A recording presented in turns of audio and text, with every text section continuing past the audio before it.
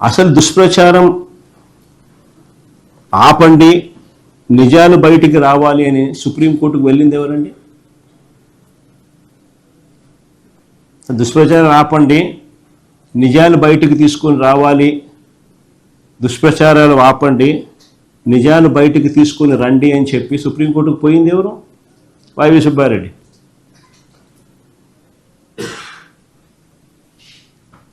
పోయింది వైవి సుబ్బారెడ్డి, తెలుగుదేశం వాళ్ళు కాదు. మరి ఆయన మీద ఆరోపణలు ఏందని నాకు అర్థం కాదు. సెన్స్ ఉండాలి అసలు. ఆ మనిషి వైవి సుబ్బారెడ్డి అనే వ్యక్తిని మీరు ఎప్పుడైనా ఆయన ఇంటికి పోయినారా? హైదరాబాద్ ఒకసారి పోండి. పక్కనే ఆయన ఇంట్లోనే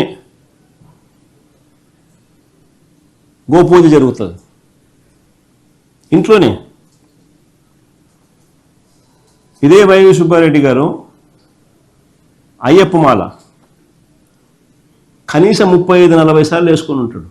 అదేమంటారు స్వాముల్లో కూడా కేటగిరీ, గురుస్వామి కేటగిరీ. కనీసం 35 సార్లు, 1978 నుంచి 35 సార్లు 40 సార్లు కనీసం పోయింటాడు. ఏం ఆరోపణలు చేస్తూ ఉన్నారో, ఎందుకు చేస్తూ ఉన్నారో